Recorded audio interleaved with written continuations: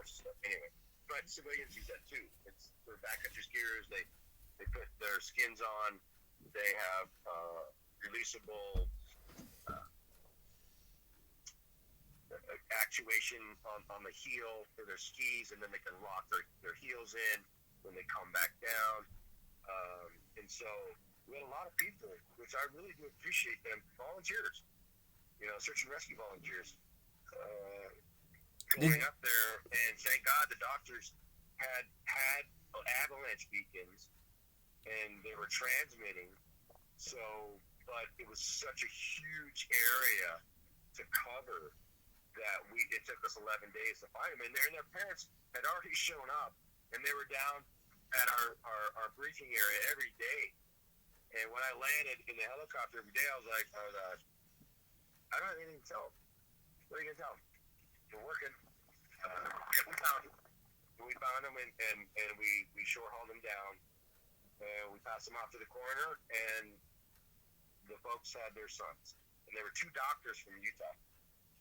So the thing is that here, that's where I have concerns here.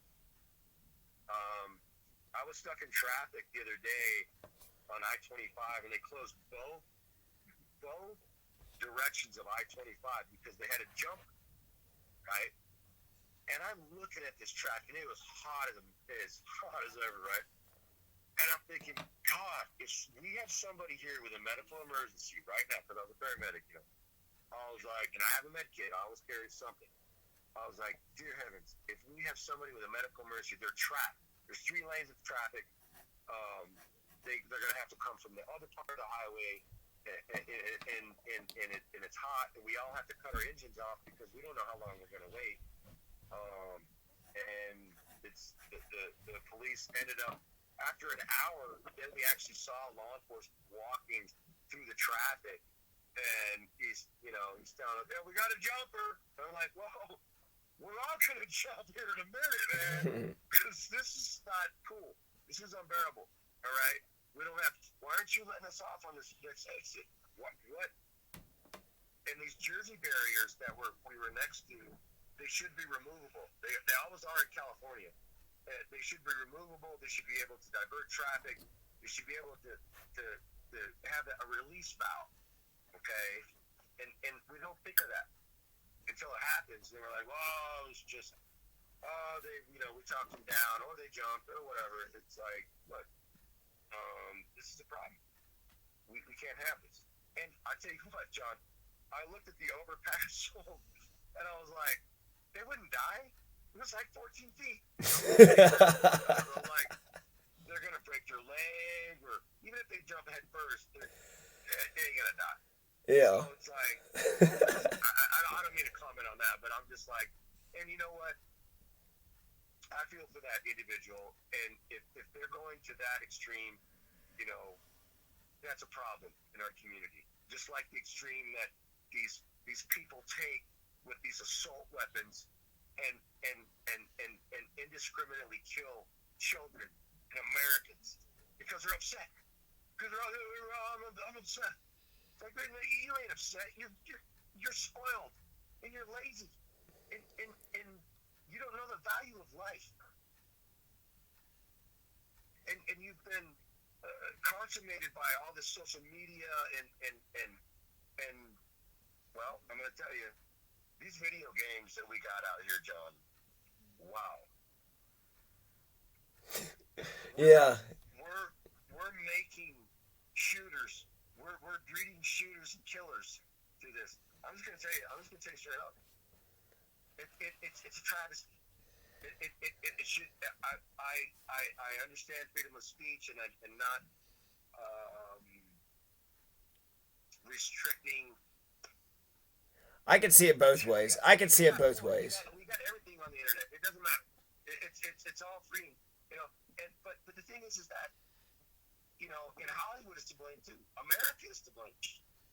Well, if you played Grand Theft Auto if you start just shooting everybody at the very end, it gets to a level 5 and there's helicopters and there's a million cops and you're gonna get shot up. So there's actually some of them have good lessons. At the very end, If you go too far, this is the inevitable end of your criminal behavior. So I mean, I feel like you could go both ways, but you could also, it could be a good outlet for just get your aggression out, but then it could also be a thing that like reinforces some negative impulses too. So I could see it both ways. Well, I was just gonna comment. One of my older daughters, the younger daughter, I have two sets of twins. I have four daughters. The older twins, they're both married. Two sets of twins? Yeah. What is in your DNA? Wow, that's amazing. Life has never been easy for me. That's double the fun, right? That's good. Yeah, that's it, man. People think it's double trouble, but I'm like, no, it's a huge blessing. No, you know how I'm sorry, I have to. Amazing. It's amazing that they're always gonna have each other too. So like if the worst comes to worst, something happens to you tomorrow, they got each other, and that's good that they got that little language and they talk to each other. That's all good, Right. Well, I was gonna say, one of my daughters, she's married to a former Marine, and that's on his free time. He works for the Army Corps of Engineer. Good guy up in Oregon. He works at the Bonneville Dam, and but that's his free time, and he actually watches other people play the game. So he doesn't actually participate. He actually watches somebody else play the game, and that's what he does. And I'm like, okay, well, you know what? It's personal preference. If that's what he wants to do, that's great. I got 3 geopolitical issues. But I do have some issues, and I told this to Katie because when they were dating, Edmund, she would call me late at night. She's like, Padre, she'd call me Padre. He said, Padre, and can you come over? Edmund's he's having some trouble, and I'm like, okay, I know what it is. I've seen it before. I'm windshield time, drive time, I'll be there. Nice. And you'd be in a room, dark, in a corner, just curled up, and I said, no, man, you're not going to do this. And I would talk him through it, just like I did when I was a PJ, when I was a pararescue. It's all right. You're still alive, okay? You're still breathing. You can still be upright in the saddle. But just press on, man. And don't.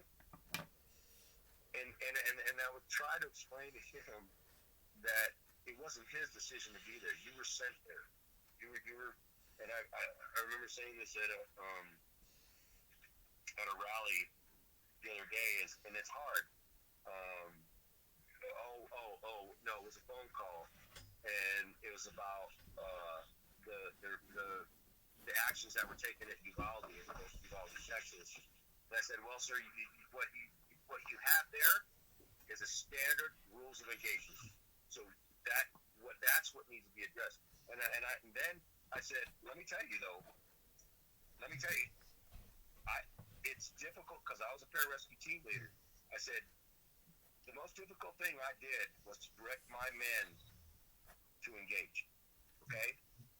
That is, and it was only to preserve life. It was only to do our mission. We weren't on an initial attack. Okay? We weren't kicking doors in and rolling people up. We were preserving life. We were saving. And that's a difficult thing to ask those men to do. I know that. However, I took an oath. And that was to preserve life and save the injured. And we will do whatever it takes.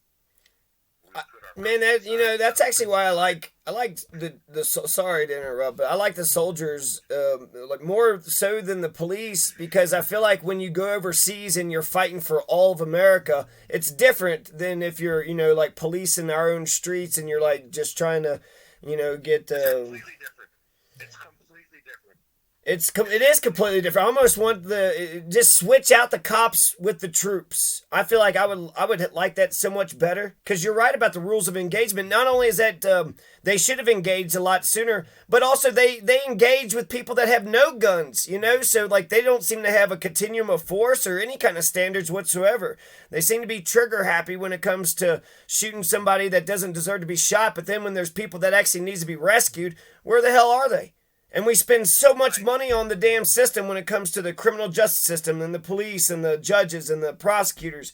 And yet we don't have any, when it push comes to shove, they'll get us for, 5 miles per hour, whatever, speeding, whatever, some seatbelt ticket. But yet when it comes to, somebody, maybe it's an 18-year-old and it's scary, but yeah, it's scary. That's why we hired you, you got to get down and get into a position and get the guy. You can't just stand off to the side. Did you hear about that mother who went in and like rescued her kid?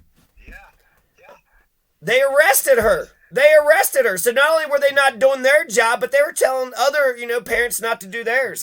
God, Uvalde is such a trigger warning. Right. And that should be the impetus here.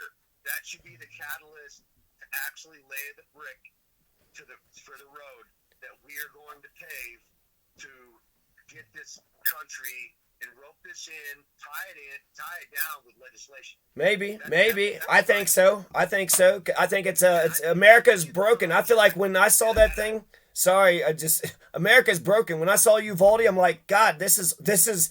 It isn't just. I mean, whatever you say about gun control, but I feel like, God, there's a million other issues going on too. It's not just, there's too many guns, but there's people that's out there that's not being, heard and not being listened to. And then all the above, the cops aren't doing any good and whatever. So public education, there's problems with public education. So, they still do corporal punishment in Texas in the public schools. Right. Well, that violence begets violence. I went to school in Texas. Texas. And I got whipped. Did you get whipped in front of the class, or did they at least take you in the back? John, you know why I got paddled? You know why I got whipped? What was it? I was chewing gum. Was it in? We were not allowed to chew gum in the classroom. Well, did they paddle you in public or in private? I had put a piece of gum in my mouth after lunch. I was at the age. I was in high school. I wanted to be, Yeah, you're a rebel, man. You chew a piece of juicy fruit. You're a rebel.